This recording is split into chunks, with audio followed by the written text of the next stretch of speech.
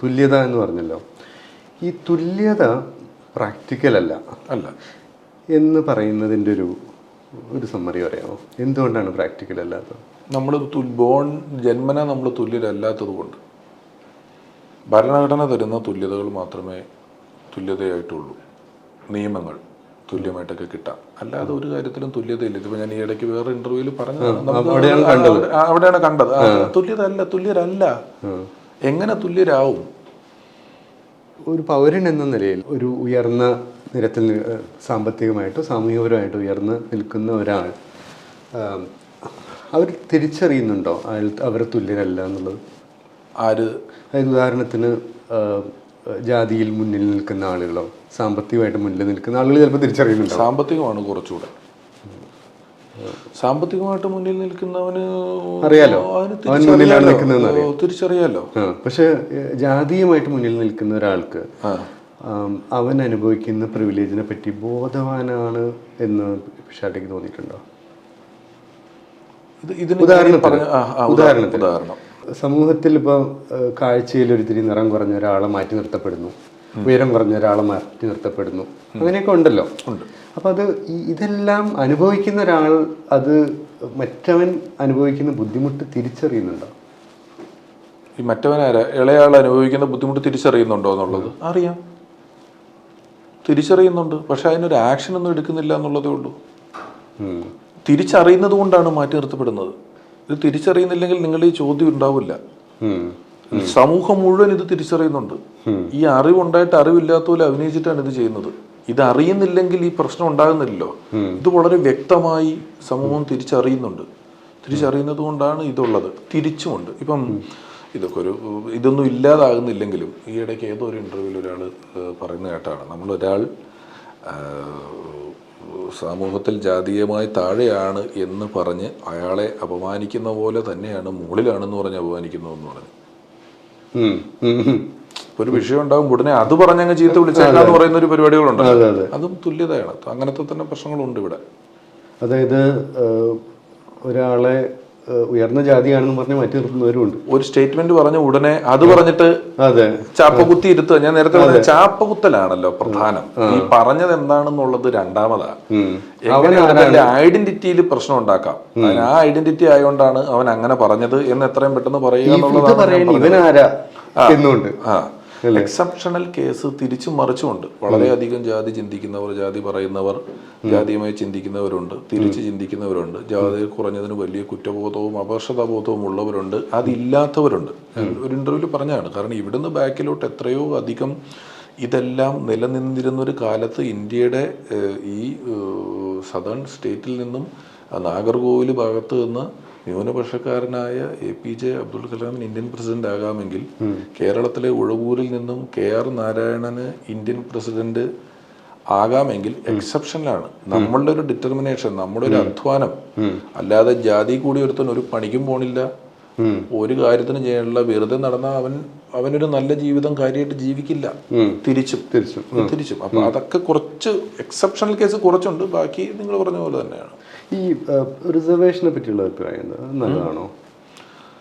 Reservation ഒരു 60-70 കൊല്ലമായി അത് നടക്കുന്നു. അതവിടെ നിലനിൽക്കുന്നിടത്തോളം അത് എന്തിനു വേണ്ടി നിലനിൽക്കുന്നോ ആ കാര്യങ്ങളും അവിടെ നിലനിന്നുകൊണ്ടിരിക്കും. വേണ്ടാതാക്കണ്ട. അത് ഒരു സാമൂഹികമായ പ്രാതിനിധ്യത്തിന് വേണ്ടിയാണല്ലോ ഇതിന്റെ നിലനിന്നത്. പ്രാതിനിധ്യത്തിന് വേണ്ടി വന്ന ഒരു കാര്യമാണ്. പ്രാതിനിധ്യം ഉണ്ടാകുന്നത് വരെ അത് തുടരുക എന്ന് പറഞ്ഞാൽ ഒരുപക്ഷെ ഇനി ഒരു 200 വർഷം കഴിഞ്ഞാലും ഇതിലൂടെ തന്നെയുള്ള പ്രാതിനിധ്യം വേണ്ടിവരുന്നൊരവസ്ഥ വരരുത്. അതിന് കാലികമായ പരിഷ്കരണങ്ങൾ, ഉപാധികൾ എന്ന് പറയുന്നത് വരുത്താവുന്നതാണ്. നമ്മൾ ചിന്തനീയമാണ്. അതിനെക്കുറിച്ച് കൂടുതലായി പഠിക്കുന്ന അറിവുള്ള ആളുകൾ എങ്ങനെയാണ് അതിൽ പ്രാതിനിധ്യം വരുത്തുന്നത്. അതിന് ജനസംഖ്യ ആനുപാതികത്തിലാണല്ലോ പ്രാതിനിധ്യം വരുള്ളൂ. അല്ലെ, അത് ജനസംഖ്യ ഭൂരിപക്ഷം ഉള്ളതും കൂടുതൽ വരും, കുറവ് വരും അല്ലേ. അപ്പം അതിനെ കൃത്യമായി ആ മേഖലയിൽ പഠിപ്പുള്ള ആളുകൾക്ക് ഇതിനും കാലോചിതമായ പരിഷ്കരണങ്ങളാവാം. എടുത്തു മാറ്റാറൊന്നും ആയിട്ടില്ല ഇന്ത്യയിലൊന്നും. ഏറെ ചർച്ചയായ വിഷയം ദളിതരെ ആരാണ് ദളിതരാക്കിയത്? അതായിരുന്നില്ല വിഷയം. അത് ആക്ച്വലി നമ്മുടെ പാഠപുസ്തകത്തിലുള്ള സിലബസിൽ കൊടുത്തിരിക്കുന്ന ഒരു കാര്യമാണ് ഈ വർണ്ണ പിരമിഡ്, വർണ്ണ സിസ്റ്റം എന്നുള്ളത്. അപ്പൊ അതിൽ ഈ ജാതി വ്യവസ്ഥയെ പറ്റി സംസാരിക്കുന്നുണ്ട്. അപ്പം ഈ ദളിതർ എന്ന് പറഞ്ഞിട്ട് അൺടച്ചബിൾസ് എന്നവിടെ ബ്രാക്കറ്റിൽ കൊടുക്കുന്നുണ്ട്. അപ്പം അത് അന്ന് അങ്ങനെ കണ്ടിരുന്നു, പക്ഷെ ഇന്ന് അങ്ങനെ കാണേണ്ട ആവശ്യമില്ല എന്നും, അതേപോലെ ഇത് അൺടച്ചബിൾസ് എന്നതിന് പകരം ഇതൊരു തെറ്റിദ്ധരിക്കപ്പെട്ട വിഭാഗമാണ് എന്നുള്ളതും, ഇതിന്റെ കൂടുതൽ പഠിപ്പിക്കാനാണെങ്കിൽ ഇതിന്റെ തുടക്കം എവിടെ നിന്നായിരുന്നു എന്ന് തൊട്ട് നമ്മളിത് വേറൊരു കുലത്തിൽ നിന്നും അവരെ പിടിച്ച് അടിമകളാക്കി അടിമ ഉടമ വ്യവസ്ഥയോടുകൂടി അവരെ എങ്ങനെ വെച്ചതാണെന്നും അങ്ങനെ കണ്ടതാണെന്നും ഒക്കെ പറയേണ്ട ആവശ്യം കൂടി വരുന്നുണ്ട് എന്നാ പറയുക. അല്ലാതെ ഇങ്ങനെ നമ്മൾ എവിടെയോ ഒരു നടുക്കഷ്ണം മാത്രം പഠിക്കുന്നതിലെ ഒരു ബുദ്ധിമുട്ടാ പറഞ്ഞിരുന്നത്. അത് വലിയ ചർച്ച ചെയ്യുന്നു അല്ലേ? അതിനുശേഷം പലരും അത് ഏറ്റെടുത്തു. അതെ, പിന്നീട് അതിനെപ്പറ്റി കൂടുതൽ അറിയാനായിട്ട് ശ്രമിച്ചിരുന്നു. കാരണം ശ്രമിച്ചിരുന്നു എന്നുള്ളതല്ല, ഞാൻ ശ്രമിച്ചതല്ല, അത് ഒരുപാട് ആൾക്കാർ നമ്മളെ വിളിക്കുകയും സംസാരിക്കുകയും ഇതിനെപ്പറ്റി കൂടുതൽ കാര്യങ്ങൾ പറഞ്ഞു തരികയും ചെയ്തിട്ടുണ്ട്. അതെനിക്ക് വളരെ ഹെൽപ്ഫുൾ ആയിരുന്നു. ഈ ദലിത് എന്നുള്ള വാക്കിന്റെ അർത്ഥം ചിതറിക്കിടക്കുന്നവർ എന്നാണെന്ന് എനിക്കറിഞ്ഞൂടായിരുന്നു. എൻ്റെ അടുത്ത് അത് പറഞ്ഞു തന്നാണ്. പിന്നെ വളരെ കൃത്യമായി ഇതിന്റെ തുടക്കവും ഒക്കെ നമുക്കിങ്ങനെ പറഞ്ഞു തരാൻ ശ്രമിക്കുന്ന ഒരുപാട് പേരുണ്ട്. അതെൻ്റെ FBയുടെ കമന്റ്സിൽ നോക്കിയാൽ തന്നെ നമുക്ക് കാണാൻ പറ്റും. അവിടെ ഈ പോസ്റ്റിനെ കഴിഞ്ഞും വലിയ വലിയ ചർച്ചകളാണ് അതിൻ്റെ താഴെ പിന്നീട് നടക്കുന്നത്. അവര് വലിയ വലിയ ചർച്ചകളാണ് ഓപ്പൺ ചെയ്യുന്നത്.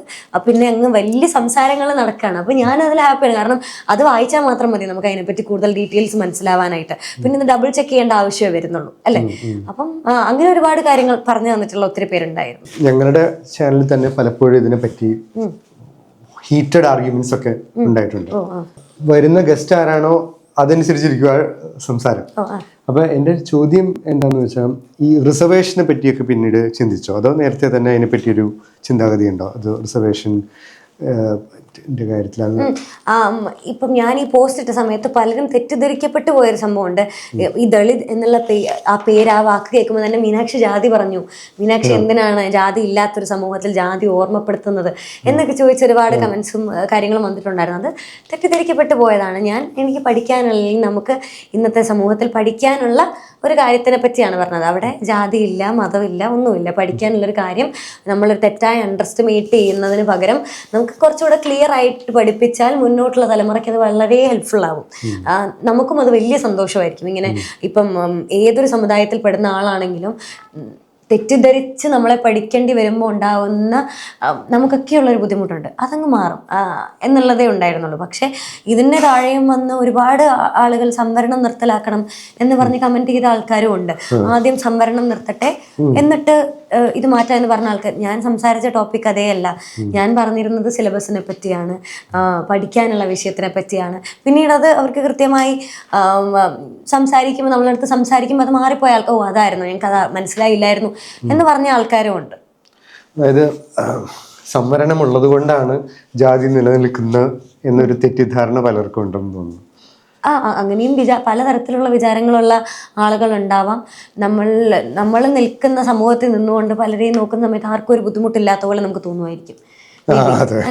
നമുക്ക് നോക്കുമ്പോൾ ആർക്കും ഒരു കുഴപ്പമില്ലല്ലോ, എല്ലാവരും ഇപ്പൊ ഞാൻ നോക്കുന്നില്ല ആരെയും അങ്ങനെ ജാതി വെച്ച് ഞാൻ നോക്കുന്നില്ല, അതുകൊണ്ട് ആരും നോക്കുന്നില്ല എന്നായിരിക്കാം മേ ബി. അതൊരു നല്ല ചിന്താഗതിയാണ്. അവർ നോക്കുന്നില്ല, വളരെ നല്ല കാര്യമാണത്.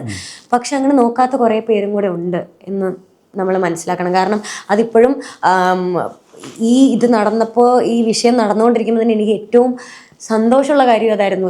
ഈ നമ്മൾ പറയുന്ന ഒരു സ്പെസിഫിക് വിഭാഗം എന്ന് നമ്മൾ അടയാളപ്പെടുത്തുന്ന ഒരുപാട് ആളുകൾ, അത് പല പൊസിഷനിൽ നിന്നുമുള്ള ആളുകൾ എന്നെ വിളിക്കുകയും അവർ സംസാരിക്കുകയും എൻ്റെ അടുത്ത് ഏറ്റവും പേഴ്സണലായിട്ട് അവർക്ക് വേണ്ടി ഞാൻ എന്തോ സംസാരിച്ചു എന്നവർക്ക് പേഴ്സണലി തോന്നുന്നുണ്ട് എന്ന് പറഞ്ഞ് വളരെ ഫെമിലിയർ ആയിട്ടുള്ള ആൾക്കാർ വരെ അങ്ങനെ നിന്ന ആൾക്കാരുണ്ട്. അതെനിക്ക് ഭയങ്കര കാര്യമായിരുന്നു. കാരണം ഇവർക്കിത് ഇത്രയും പേഴ്സണലായിട്ട് ഫീൽ ചെയ്തു. ഞാൻ ഒരിക്കലും അവർക്ക് വേണ്ടി അങ്ങനെ സംസാരിച്ചിട്ടില്ല, അതിൻ്റെ ആവശ്യമില്ല. നമ്മളെല്ലാവരും ഒരു തുല്യ സൊസൈറ്റിയിൽ നിൽക്കുന്ന ആൾക്കാരാണ്, എന്നിട്ട് പോലും അവരിപ്പോഴും ഇത്രയും ബുദ്ധിമുട്ടുകൾ അനുഭവിക്കുന്നുണ്ട് എന്ന് പറയുന്ന ഒരു സമൂഹം നമുക്കുണ്ട് അല്ലേ? അപ്പം അത് അവരെ അങ്ങനെ കാണാതെ പോകരുത്. ഇപ്പം പറയുന്ന സംവരണത്തിൻ്റെ കാര്യത്തിൽ പോലും എനിക്ക് തോന്നുന്നു SC/ST 15-18% ആണെന്ന് തോന്നുന്നു അല്ലേ സംവരണം? അതറിയില്ല, അത് ക്ലിയർ ആയിട്ട് നോക്കണം. ST 18 ആണോ എനിക്കറിയില്ല, എനിക്ക് എക്സാക്ട് അറിയില്ല. പക്ഷെ നോക്കണം, അത്ര അങ്ങനെ എന്തോ ആണ് റിസർവേഷൻ കിടക്കുന്നത്. പക്ഷെ ക്ലിയർ ആയിട്ട് അറിയില്ല കേട്ടോ, അത് ഡബിൾ ചെക്ക് ചെയ്യണം. പക്ഷേ എന്നിട്ട് എന്തുകൊണ്ടാണ് ഇവിടെ സംവരണം ഉണ്ടായത് എന്നും കൂടെ നമ്മൾ ചിന്തിക്കും. നമ്മളല്ല റിസർവേഷൻ ആർക്കും കൊടുക്കേണ്ടത് അല്ലെ. നമ്മൾ വ്യക്തികളുടെ ഇടയിലുള്ള ഒരു സംഭവമല്ല സംവരണം എന്ന് പറയുന്നത്. അത് ഗവൺമെന്റ് ഏർപ്പെടുത്തിയിട്ടുള്ളതാണ് സംവരണം. നമ്മളുടെ കൂടെയുള്ള ഒരു സഹജീവിയെ അതേ മനോഭാവത്തിൽ കാണാതെ അവരുടെ കുലത്തിൻ്റെയോ ജാതിയുടെയോ അടിസ്ഥാനത്തിൽ അവരെ നമ്മൾ ഈക്വലായിട്ട് തുല്യമായിട്ടല്ല കാണുന്നത് എന്ന് മനസ്സിലാക്കിയ ഗവൺമെന്റ് അവർക്ക് ഏർപ്പെടുത്തിയിരിക്കുന്ന ഒന്നാണ് റിസർവേഷൻ അഥവാ സംവരണം എന്നുള്ളത്. അപ്പോൾ അതെന്നാ സമൂഹത്തിന്റെ ആ ചിന്താഗതി മാറുന്നു, അവിടെ സംവരണത്തിന്റെ ആവശ്യം വരുന്നില്ല. അപ്പോൾ അതിൻ്റെ മാറാനുള്ള വളരെ ബേസിക് കാര്യങ്ങളാണ് നമ്മളെ പഠിപ്പിക്കുന്ന ടെക്സ്റ്റ് ബുക്കുകളും അല്ലെങ്കിൽ നമ്മൾക്ക് പറഞ്ഞു തരുന്ന അറിവ് പകർന്നു തരുന്ന സ്ഥലങ്ങളും ഒക്കെ. അവിടെ നിന്ന് ബേസിക് ആയിട്ട് മാറിക്കഴിഞ്ഞാൽ പിന്നെ ഇതിൻ്റെ ഒന്നും ആവശ്യങ്ങൾ വരുന്നില്ലല്ലോ. ഒറ്റയടിക്ക് നമ്മൾ അതിനെ എതിർത്തത് കൊണ്ട് ഇതിനെയൊക്കെ എതിർക്കുക എന്നുള്ളത് നമ്മളുടെ ഒരു വിചാരം, അത് നമ്മുടെ ഒരു തോട്ടേ അല്ല എന്ന് വിചാരിച്ചാൽ മതി. അതപ്പം നിങ്ങൾ അത് കൊടുക്കുന്നുണ്ടല്ലോ പിന്നെ എന്തിനാ നിങ്ങൾ ഇങ്ങനെ പറയുന്നത് എന്ന് വെച്ചാൽ നമ്മൾ കൊടുക്കുന്നൊന്നല്ല. അത് നമ്മൾ അങ്ങോട്ടും ഇങ്ങോട്ടും രണ്ട് മനുഷ്യന്മാരെ കൂടി തീരുമാനിച്ച് നമ്മൾ അവർക്ക് കൊടുക്കുന്ന ഒരു ഗിഫ്റ്റോ അല്ലെങ്കിൽ ഓപ്പർച്യൂണിറ്റി അങ്ങനെയല്ല. അവരെ സമൂഹത്തിന് മുൻധാരയിലേക്ക് കൊണ്ടുവരാൻ വേണ്ടി കൊടുത്തിരുന്ന ഒന്നാണ് സംവരണം. സ്ത്രീകൾക്കും ഉണ്ട് സംവരണം അല്ലേ. പിന്നെ ഈ SC വിഭാഗത്തിന് മാത്രമല്ല വേറെ പലതരത്തിലുള്ള റിസർവേഷനുകളും ഉണ്ട്. അതിനെപ്പറ്റിയൊന്നും നമ്മൾ ബോധവടെയല്ല അല്ലേ. അതിനെപ്പറ്റി ഞാൻ ചിന്തിച്ചിട്ടുണ്ട്.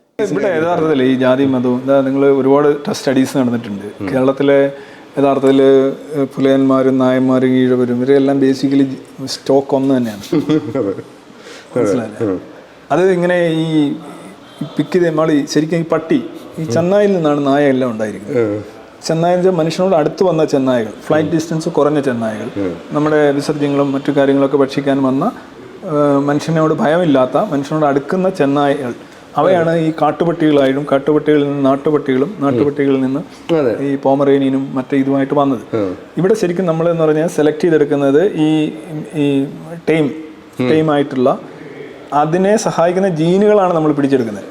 Artificial selection. അതായത് ഇപ്പോൾ ഉദാഹരണമായിട്ട് ഒരാൾ പിന്നെ വളരെ ആക്രമണോത്സുകതയുള്ള പട്ടികളെ നമ്മൾ വളർത്തിയെടുക്കുമ്പോൾ ആ പട്ടിയെ നമ്മൾ തിരഞ്ഞെടുത്ത് ആ പട്ടികളുമായിട്ടാണ് ചേർത്ത് വീണ്ടും പട്ടികളുമായിട്ടാണ് എടുക്കുമ്പോൾ നമ്മൾ ശരിക്കും ആ ജീനിലാണ് ഇട്ട് പിടിക്കുന്നത്. നമ്മൾ ജീനുണ്ടെന്ന് നമുക്കറിയത്തില്ല. എന്താണോ ആ ഗുണങ്ങളെ പ്രോത്സാഹിപ്പിക്കുന്നത് അതിനെ നമ്മളിങ്ങനെ അരിച്ചെടുക്കുകയാണ് ചെയ്യുന്നത്. ഇത് തന്നെയാണ് നമ്മൾ കൃഷിയിലും ചെയ്തിട്ടുള്ളത്. നല്ല സ്വാദ്, നല്ല മാംസളമായിട്ടുള്ള നല്ല വലിയ പഴങ്ങളും ഒക്കെ കിട്ടുന്ന സാധനങ്ങളെ നമ്മൾ ആ വിത്ത് ശേഖരിച്ചു, മുന്തിയ വിത്ത് എടുത്ത് വെച്ചിട്ട് അതിനെ വെച്ച് ഹൈബ്രിഡ് ചെയ്ത് ഇങ്ങനെയാണ് നമ്മൾ കൊണ്ടുവരുന്നത്. നമ്മൾ ആർട്ടിഫിഷ്യൽ സെലക്ഷൻ ആണ് ഇതല്ല. നമ്മൾ സോഷ്യൽ ആയിട്ടുള്ള വാല്യൂസ് എല്ലാം അങ്ങനെ തന്നെയാണ്. നമ്മൾ മുന്തിയത് തിരഞ്ഞെടുക്കുകയാണ് ചെയ്യുന്നത്. ഈ നാച്ചുറൽ സെലക്ഷൻ്റെ ഒരു പതിപ്പാണ് ഈ ആർട്ടിഫിഷ്യൽ സെലക്ഷൻ. എന്താണോ പ്രകൃതിയിൽ സംഭവിക്കുന്നത് അത് മനുഷ്യൻ ചെയ്യുന്നതാണ്. ഇതാണ് നമ്മുടെ ഭാഗമാണല്ലോ. We are always a part and never a part അല്ലേ. അല്ല സാർ, ഞാൻ ചോദിക്കുന്നത് എന്താണെന്ന് വെച്ചാൽ ഈ സാറ് നേരത്തെ പറഞ്ഞ ലുക്കിസം, ഒരാളെ കാണുമ്പോൾ തന്നെ അവനെതിരെയുള്ള അവഗണന, അതായത് ഇപ്പോൾ ഈ കാസ്റ്റിസം അല്ലെങ്കിൽ എന്ത് രീതിയിലുള്ള ഇപ്പം ഞാനത് പ്രത്യേകിച്ചൊരു കാസ്റ്റിന്റെ പാർട്ടായിട്ട് കേരളത്തിലൊക്കെ കാസ്റ്റിസം ഒക്കെ ഒരുപാട് കഴിഞ്ഞു വരുന്ന സാധനമാണ്. അപ്പൊ തന്നെ അവിടെ അവിടെ അടിച്ചിരിക്കും. മനസ്സിലായല്ലേ? കേരളത്തിൽ അത് ശരിയാണ്. കേരളത്തിലല്ല, ലുക്കിസം എല്ലായിടത്തും വർക്ക് ചെയ്യുന്നതാണ്. സാർ പറഞ്ഞ അതല്ല, അതായത് ഈ നോർത്തിൽ കേരളത്തിൽ ഒരു കാസ്റ്റ് റിസർവേഷൻ്റെ ഒരു ബേസിസും ഇല്ല എന്നുള്ളതാണ്. അറ്റ്ലീസ്റ്റ് ട്രൈബൽസിന് റിസർവേഷൻ വേണം എന്നുള്ളത് എനിക്കിപ്പോഴും തോന്നാറുണ്ട്. പക്ഷേ പൊതുവെ കാസ്റ്റ് ഈ റിസർവേഷൻ നിങ്ങൾ ഈ പറയുന്നതാണോ ഉള്ള ഒരു എൻ്റെ ഞാൻ PSCയിൽ വർക്ക് ചെയ്തതാണ് 10 വരുന്നുണ്ട്. എനിക്കറിയാം ഇതിനകത്തുള്ള ആക്ച്വലി ഈ പുറകിൽ നിൽക്കുന്ന ആളുകൾക്ക് കൊടുക്കുന്ന എന്തോ ഒരു പിന്തുണയോ സഹായമാണ് റിസർവേഷൻ നിങ്ങൾ കരുതിയിരുന്നെങ്കിൽ 100% തെറ്റാണ്. അല്ല, അങ്ങനെയല്ല. 2-3 ഫാക്റ്റുകൾ ഇത്രയും നീണ്ട ചോദ്യങ്ങൾ ചോദിച്ചിട്ടുണ്ട്. കേരളത്തിലെ റിസർവേഷൻ പട്ടികജാതി പട്ടികവർഗവുമായി ബന്ധപ്പെട്ട് എന്തോ ഒരു സംഗതിയാണ് എന്നുള്ള രീതിയിലാണ് എല്ലാവരും അവതരിപ്പിക്കുന്നത്. അങ്ങനെയല്ല. 83% of the total reservation in Kerala is given to other communities which are not SC/ST. ഇന്ന് കേരളത്തിൽ എല്ലാ ജാതികൾക്കും റിസർവേഷൻ ഉണ്ട്. എല്ലാ ജാതികൾക്കും. മനസ്സിലായി? ജാതി ഒരിടത്ത് ജനിച്ചു എന്നുള്ളത് കൊണ്ട് നിങ്ങൾക്ക് കിട്ടുന്ന പ്രത്യേക പരിഗണനയാണ് ഞാൻ ആ റിസർവേഷൻ കൊണ്ട് ഉദ്ദേശിക്കുന്നത്. ഇനി ഈ പിന്നോക്കാവസ്ഥ അല്ലെങ്കിൽ സാമൂഹികമായിട്ടുള്ള പിന്നോക്കാവസ്ഥ അല്ലെങ്കിൽ വിദ്യാഭ്യാസം, ഇങ്ങനെയുള്ള പല പല പിന്നോക്കാവസ്ഥകളുണ്ട്. ഈ ജാതി സംവരണം ഒരിക്കലും ആ ഒരു സംഗതി അഡ്രസ്സ് ചെയ്യുന്നില്ല. നിങ്ങളിപ്പോൾ ഒരു 50 ലക്ഷം ഉള്ള ഒരു ജാതിയാണെന്നിരിക്കട്ടെ, നിങ്ങളുടെ ജാതിക്ക് 10 സീറ്റ് ഉണ്ടെന്നിരിക്കട്ടെ, അത് ആർക്കായിരിക്കും കിട്ടുക? Creamy layer. തീർച്ചയായിട്ടും പിന്നോക്കം നിൽക്കുന്നതിന് കിട്ടത്തില്ലേ? കാരണം അവൻ പിന്നോക്കമാണല്ലോ, അവൻ ആക്ച്വലി പിന്നോക്കമാണല്ലോ. ഇനി നിങ്ങളുടെ ജാതിയും വേറെ ഒരു 10 ജാതികളോടും ചേർന്ന ഒരു ജാതി കൂട്ടത്തിനാണ് ഈ 10 സീറ്റ് എന്നിരിക്കട്ടെ. ഒരു ജാതി മാല, SC ST, അതിനകത്ത് എത്ര ജാതി ഉണ്ടെന്ന് അറിയാം. കേരളത്തിൽ തന്നെ 10-60 ജാതിയുണ്ട്, STയിലും ഉണ്ട്. അപ്പോൾ മൊത്തത്തിൽ നമ്മൾ കൊണ്ട് ഇങ്ങനെ ഇട്ട് കൊടുക്കുക. നമ്മളൊരു ജനക്കൂട്ടത്തിലേക്ക് നമ്മൾ പൈസ വിതറുകയാണ്. ചാടി പിടിക്കുന്ന എല്ലാം ഉയരമുള്ളവനായിരിക്കും, ഉറപ്പല്ലേ? അപ്പം ഈ ഉയരമുള്ളവൻ പിടിച്ച് ഈ പൈസയും കൊണ്ട് വീട്ടിൽ പോയിട്ട് അവൻ്റെ വീട്ടിൽ അധ്വാനിച്ച് അവൻ വീണ്ടും അടുത്ത പൈസ വിതറുമ്പോഴും വരുന്നത് അവൻ്റെ മക്കളാണ്. നിൽക്കും. പക്ഷെ ഇവൻ ആരുടെ കാര്യം പറഞ്ഞാണ്? ഇവൻ ബാക്കിയുള്ള ഈ എത്തിപ്പിടിക്കാൻ കഴിയാത്തവരുടെ പേരും നമ്പരും തലയും എണ്ണിയാണ് ഇവൻ ഇത് വീണ്ടും വീണ്ടും വാങ്ങിക്കുന്നത്. അതിനോടൊപ്പം വേറൊരു കഥയും പറയും, പണ്ട് ഒരു കഥയും കൂടെ അവൻ പറയും. എന്നിട്ട് അവൻ കഥ വെച്ച് ആരെയാ ചൂണ്ടുന്നത്? അപ്പുറത്ത് നിൽക്കുന്ന നോക്കിക്കൊണ്ട് നിൽക്കുന്നവനെയാണ്. ഇതൊക്കെ എന്തോ വലിയ സംഭവമല്ല ഇത്. സംവരണം എന്ന് പറഞ്ഞാൽ അടിസ്ഥാനപരമായി ജാതി പ്രഭുക്കളെയും പ്രഭുജാതികളെയും മാത്രം തുണയ്ക്കുന്ന ഒരു കാര്യമാണ്. സംവരണം വഴി ഒരിക്കലും പിന്നാക്കം നിൽക്കുന്നവർക്കോ അല്ല നിങ്ങൾ ഈ പറയുന്ന ആളുകൾക്ക് സഹായം കിട്ടത്തില്ല. മറിച്ച് അത് ആവശ്യമില്ലാത്തവർക്ക് അമിത പ്രിവിലേജ് ആയിരിക്കും കൊടുക്കുക. ഇതൊരു പ്രശ്നമാണെന്ന് നമ്മൾ അംഗീകരിക്കുമ്പോൾ ഈ പ്രശ്നം നമ്മൾ എങ്ങനെ പരിഹരിക്കും എന്നുള്ളതിനെ പറ്റി എന്തെങ്കിലും സാറിന് ഐഡിയ? പ്രശ്നം ഒരു ഉദാഹരണം ഞാൻ പറയാം. ജാതി സംവരണം, ദളിതർ എന്നൊക്കെ പറഞ്ഞാൽ എല്ലാവരും എഴുതുന്നത് ഒരു ബന്ധുവില്ലാത്ത കാര്യമാണ്. കേരളത്തിൽ ഏറ്റവും കൂടുതൽ സംവരണം കിട്ടുന്ന 3 ജാതികൾ ഇതൊക്കെ. Muslim is not a jati, actually they are a religion. റിലീജിയന് സംവരണം കൊടുക്കാൻ ഇന്ത്യയിൽ നിയമമില്ല. ഒന്ന്. രണ്ടാമത്തെ ഈഴവ കമ്മ്യൂണിറ്റി, മൂന്നാമത്തെ ലാറ്റിൻ കത്തോലിക്. കേരളത്തിലെ ഏറ്റവും പ്രബലമായ 3 കമ്മ്യൂണിറ്റികളാണിത്. പക്ഷെ ഇവിടെ സംവരണം ആഘോഷിക്കുന്നത് ദളിതന്റെ പേരിലാണ്. ആക്ച്വലി ഇതിന്റെ മേജർ ബെനിഫാക്ടേഴ്സ് ആരാന്ന് നോക്കുക. They are rich, they are resourceful, they are powerful, and they are the leaders of the society. Sir, എനിക്ക് ഈ പ്രശ്നങ്ങളെയൊക്കെ നമുക്ക് മനസ്സിലാവുന്നുണ്ട്. സൊല്യൂഷൻ എന്താണെന്നാണ് ചോദിക്കുന്നത്. സൊല്യൂഷൻ വേണ്ട, എല്ലാത്തരം റിസർവേഷനും നിർത്തുക, അതാണോ സൊല്യൂഷൻ? റിസർവേഷൻ സ്റ്റാർട്ട് ചെയ്തിട്ട് എത്ര വർഷമായി? 1936 മുതൽ കേരളത്തിൽ റിസർവേഷൻ ഉണ്ട്. ഇതിപ്പോൾ ഒരു കുറച്ചുകൂടെ കഴിയുമ്പോൾ 100 വർഷമാവും. എന്നിട്ട് നമ്മൾ പറയുന്നതാണ് ഒന്നും മാറിയിട്ടില്ല. നമ്മൾ ആക്ച്വലി പറയുന്നത് അറിയോ? വിവേചനം ഉണ്ട് എന്ന് തെളിയിക്കുക. ആദ്യം നിങ്ങൾ പറയുന്നതല്ല, നോക്കിയാൽ കാണാം, നിങ്ങൾ അതിനെ നിഷേധിച്ചിട്ട് കാര്യമില്ല, പുറംതിരിഞ്ഞ് കഴിഞ്ഞിട്ട് കാര്യമില്ല. ഈ ജാതി യഥാർത്ഥത്തിൽ നമ്മളൊരു സമൂഹം നിലയിൽ ചെയ്യേണ്ടത് നമ്മൾ നേടിയ പോസിറ്റീവ്സിനെ കളക്ട് ചെയ്തിട്ട് ഒരു സമൂഹത്തിന് ആത്മവിശ്വാസം കിട്ടുന്ന രീതിയിലേക്ക് സോഷ്യൽ ഇവല്യൂഷൻ നടത്തി അല്ലെ അതിനെ മുന്നോട്ട് കൊണ്ടുപോകുക എന്നുള്ളതാണ്.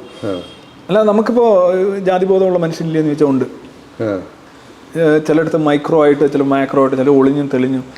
ഞാൻ കുറച്ചും കൂടി സ്പെസിഫിക് ആയിട്ടുള്ള ഒറ്റ കാര്യം, ഇവിടെ ഇപ്പോൾ എത്ര ഒരു 10-20 പേര് ഇപ്പോൾ ഉണ്ടെന്ന് നമ്മളിപ്പോൾ എങ്ങനെയാണ് ഡീൽ ചെയ്യുന്നത്? നമ്മളെ primary dealing we do not know which caste we belong to, right? ഇനി നമ്മൾ ജംഗ്ഷനിലോട്ട് ഇറങ്ങിയാലും അറിയില്ല. അടിസ്ഥാനപരമായി ഒരു ജാതിരാഹിത്യം എന്ന് പറഞ്ഞു കഴിഞ്ഞാൽ നമ്മളെ സമൂഹത്തിൻ്റെ സർവ്വതലങ്ങളിലും വിസിബിളാണ്. പക്ഷേ നമുക്ക് വേണമെന്നുണ്ടെങ്കിൽ അതിനകത്ത് നിന്ന് കുത്തിയെടുത്തില്ല, പൂച്ച പുറത്തെ എന്നെ പാമ്പിനെയൊക്കെ കൊണ്ടുവന്ന് വീട്ടിൽ കൊണ്ടുവന്ന് ഇടുന്നോണം. അവിടുന്ന് ഇവിടുന്നൊക്കെ ഓരോ സംഭവങ്ങൾ കൊണ്ടുവന്നിട്ട് നമുക്ക് കൊണ്ട് നോക്കണ്ടോ? ഇല്ലെന്നല്ലേ നിങ്ങൾ പറഞ്ഞു? പാമ്പില്ലെന്നാണോ നിങ്ങൾ പറഞ്ഞത്? മനസ്സിലായി. ആ രീതിയിലുള്ള നെഗറ്റീവായിട്ടുള്ള ഇത് എന്തിനാണെന്ന് ചോദിക്കുമ്പോൾ അവർ പറയും സംവരണം നിലനിർത്താനാണ്. അല്ല സാർ, ഇതിൽ എൻ്റെ ചോദ്യം എഗെയിൻ പ്രശ്നം സാർ ഉയർത്തി കാട്ടുന്നുണ്ട്. അതിൽ നല്ല ക്ലാരിറ്റി ഉണ്ട്. പക്ഷേ അതേസമയം ഈ എന്താണ് പരിഹാരം? Yes, I come to that point. ലോകത്തുള്ള ഈ പിന്നാക്കം നിന്നിട്ടുള്ള ജനത അല്ലെങ്കിൽ സാമൂഹ്യപരമായിട്ടുള്ള ഇവല്യൂഷനിൽ പിന്തള്ളപ്പെട്ട ജനതകൾ ലോകമെമ്പാടും കയറി വന്നിട്ടുണ്ട്. ഇതേ കണക്കുള്ള ഉച്ചനീചത്വങ്ങളും ഒക്കെ നേരിട്ടിട്ടുള്ള ബുദ്ധമതത്തിൽ പോലും അതുണ്ട്, ഹിന്ദുമതത്തിലുള്ളത് പോലെ തന്നെ എല്ലായിടത്തും ഈ ജനതകളെല്ലാം കയറി വന്നിട്ടുണ്ട്. ഈ കയറി വന്നിരിക്കുന്ന ജനതകളൊന്നും നമ്മൾ ഈ പറയുന്നോണം കഴിഞ്ഞ 100 വർഷം കൊണ്ടുണ്ടാക്കിയ ജാതി സംവരണം എന്ന് പറയുന്ന സംഗതി വെച്ചല്ല. ഇത് പ്രധാനമായിട്ടും ഞാനൊരു ടൂളിനെ കുറിച്ച് പറയാം. നമ്മൾ ക്യാപിറ്റലിസത്തെ കുറിച്ച് സംസാരിക്കും. ക്യാപിറ്റലിസത്തിൽ യഥാർത്ഥത്തിൽ എന്താണ്? ഒരു പണ്ട് നസീറിൻ്റെ പടങ്ങളുണ്ട്. ഒരാൾ പാവപ്പെട്ടവനാണ്, അമ്മാവൻ്റെ മോളെ കെട്ടിച്ചു കൊടുക്കുന്നില്ല, ആകെ വറീഡാണ്. അപ്പോൾ ഇയാൾ നാട് വിടുന്നു. ഒരു 10 വർഷം കഴിഞ്ഞിട്ട് അല്ലെങ്കിൽ ഒരു 5 വർഷം കഴിഞ്ഞിട്ട് ഇയാളൊരു അംബാസഡർ കാറിൽ വരുന്നു. അമ്മാവൻ തൊഴുന്ന എൻ്റെ മോളിൽ നിനക്ക് തന്നെ എന്ന് പറയുന്നു. അപ്പോൾ പെട്ടെന്ന് ഈ 5 വർഷം കൊണ്ട് ഇയാൾ ഒരു ചെറിയൊരു ദരിദ്ര നിലയിൽ വലിയൊരു സമ്പന്നനായിട്ട് മാറുകയാണ്. ഇത് നമ്മുടെ സ്വപ്നമാണ്. ഈ സ്വപ്നം നമുക്ക് നടപ്പിലാക്കാൻ കഴിയുന്ന ഏക സാമൂഹ്യ വ്യവസ്ഥ എന്ന് പറയുന്നത് മൂലധനത്തിൽ അധിഷ്ഠിതമായിട്ടുള്ള ഒരു സമ്പദ് വ്യവസ്ഥയാണ്.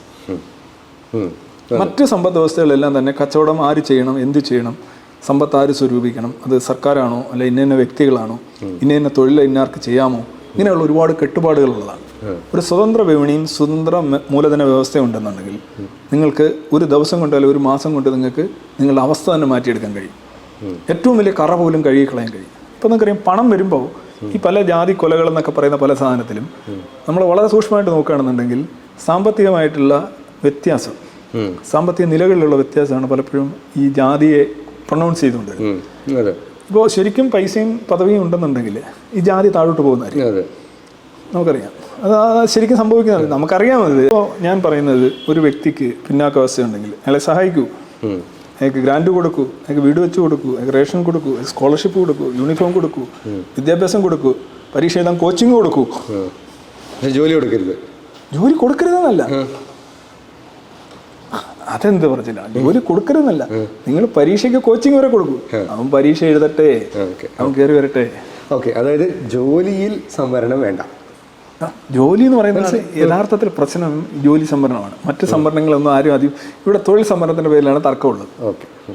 വിദ്യാഭ്യാസം എന്ന് പറയുമ്പോൾ ബേസിക്കലി ഈ പ്രധാനമായിട്ട് ഇവിടെ സംവരണത്തെ PSC, എഞ്ചിനീയറിങ്, ഡോക്ടർ, ഇങ്ങനെയുള്ള ഇതിനാണല്ലോ.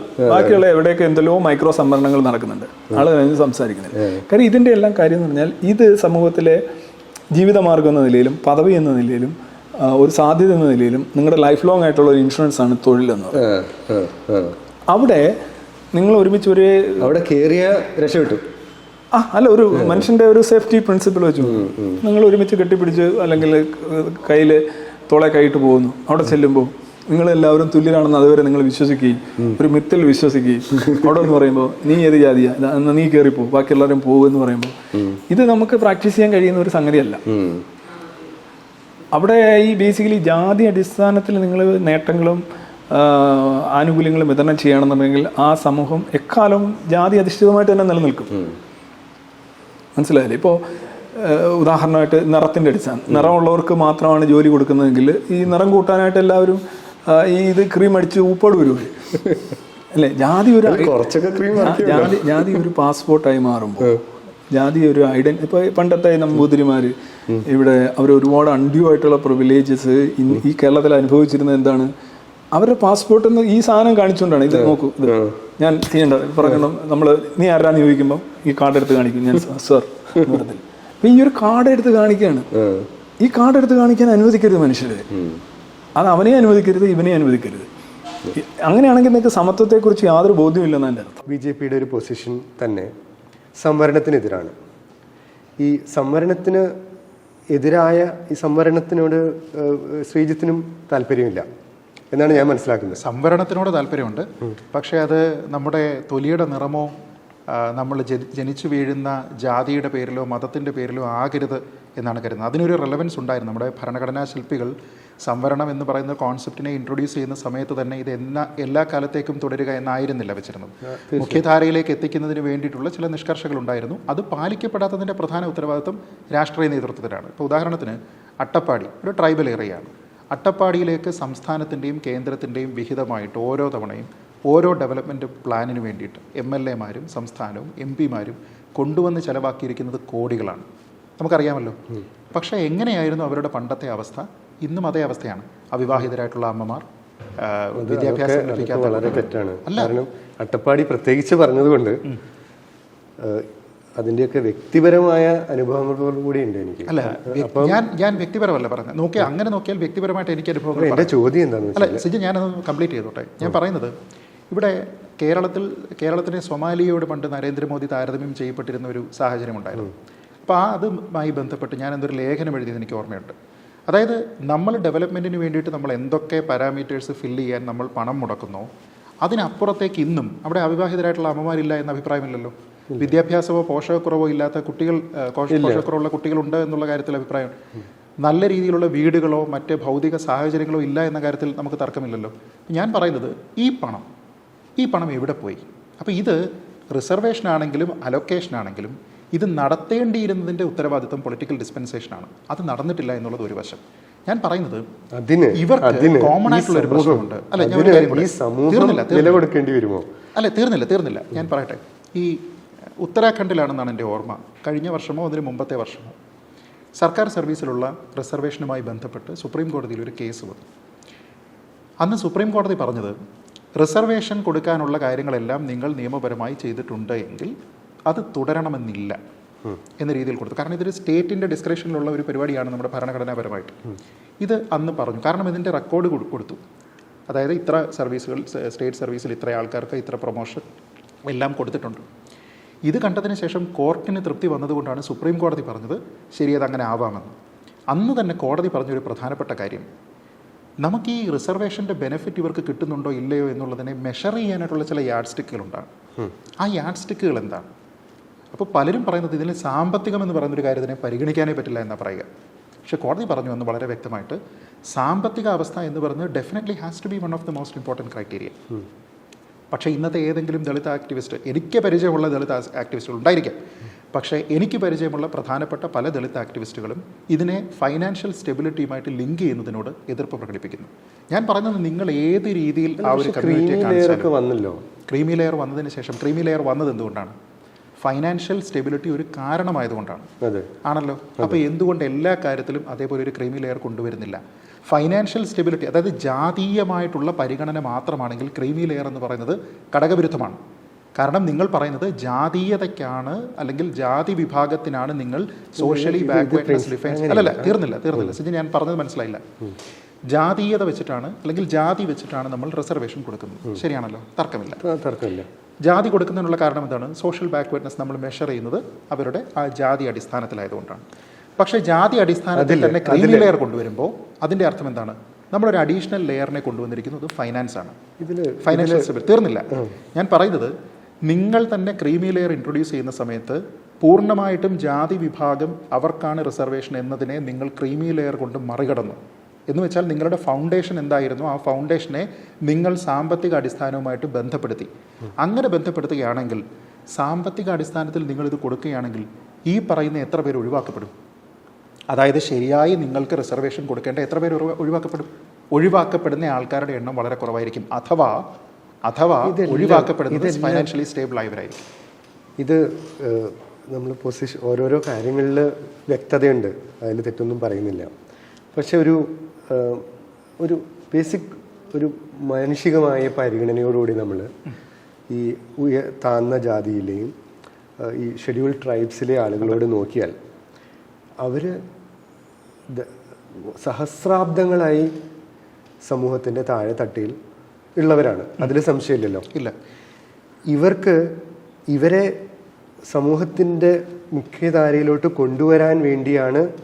കാരണം ജനസംഖ്യാ അനുപാതത്തിൽ നോക്കിയാൽ അവർ തീർച്ചയായും ഈ കമ്മ്യൂണിറ്റി ആ പെർസെൻറ്റേജ് ഓഫ് റിസോഴ്സസിന് യോഗ്യരാണ്.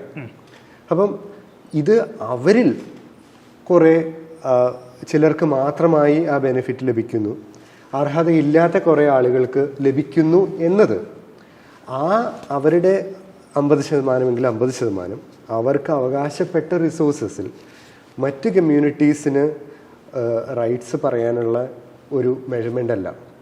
കാരണം അത് ഒരു സമൂഹത്തിൽ ജസ്റ്റിസ്, അതാണ് ഞാൻ ഈ പറയുന്നത്, അത് സോഷ്യൽ ജസ്റ്റിസ് അല്ല. അത് ഇഫക്റ്റീവാണോ, അതിൽ ഇമ്പ്രൂവ്മെൻറ്റ് വേണോ, അതിൻ്റെ ഉള്ളിൽ ഇംപ്ലിമെൻറ്റേഷൻ ഇമ്പ്രൂവ് ചെയ്യണം എന്നുള്ള ആർഗ്യുമെൻറ്റിൽ നമുക്ക് തർക്കം തോന്നില്ല. അതേസമയം ഒരു റെഗുലറായി ഈ ജാതികളെ അല്ലാതെ മറ്റു ജാതികളെ പ്രീണിപ്പിച്ച് അധികാരത്തിൽ വരുന്ന ഒരു പാർട്ടി ഇതിനെതിരെ നിൽക്കുമ്പോൾ നമുക്കതിന് സംശയത്തോടു കൂടിയല്ലേ നമുക്ക് കാണാൻ പറ്റുള്ളൂ. അല്ല, ഞാൻ ഏതെങ്കിലും ഒരു പാർട്ടിയെ വെച്ചിട്ടല്ല ഞാൻ ഈ വിഷയത്തിനെ കാണുന്നത്. എൻ്റെ വ്യക്തിപരമായിട്ടുള്ള നിലപാടാണ് ഞാൻ പറയുന്നത്. നോക്കൂ, ഇവിടുത്തെ പ്രധാനപ്പെട്ട പ്രശ്നം, സിജിന് ഈ പറഞ്ഞൊരു പ്രശ്നമുണ്ടല്ലോ, സഹസ്രാബ്ദങ്ങളായി ഇവർ നിൽക്കുന്നു. സഹസ്രാബ്ദങ്ങൾ നമ്മുടെ നിയന്ത്രണത്തിലുള്ള കാര്യമല്ല. പക്ഷേ 1947 നമ്മുടെ രാജ്യത്തിന് സ്വാതന്ത്ര്യം കിട്ടിയതിന് ശേഷമുള്ള കാര്യങ്ങൾ, 56 കേരളം ഉണ്ടായതിനു ശേഷം പിന്നീടുള്ള കാര്യങ്ങൾ, ഈ കാര്യങ്ങളിൽ നമുക്ക് കൺട്രോളുണ്ട്. അതിനുശേഷമുള്ള പോളിസികളെ പറ്റിയാണ് ഞാൻ പറയുന്നത്. അതായത് വളരെ ഛിന്ന ഭിന്നമായിരുന്ന നമ്മുടെ നിയന്ത്രണത്തിലല്ലാതിരുന്ന കാലത്ത് പോലും ഭരണഘടനാ ശില്പികൾ സുദീർഘ കാലയളവിലേക്ക് ആയിരുന്നില്ല റിസർവേഷൻ കൊണ്ടുവന്നിരുന്നത്.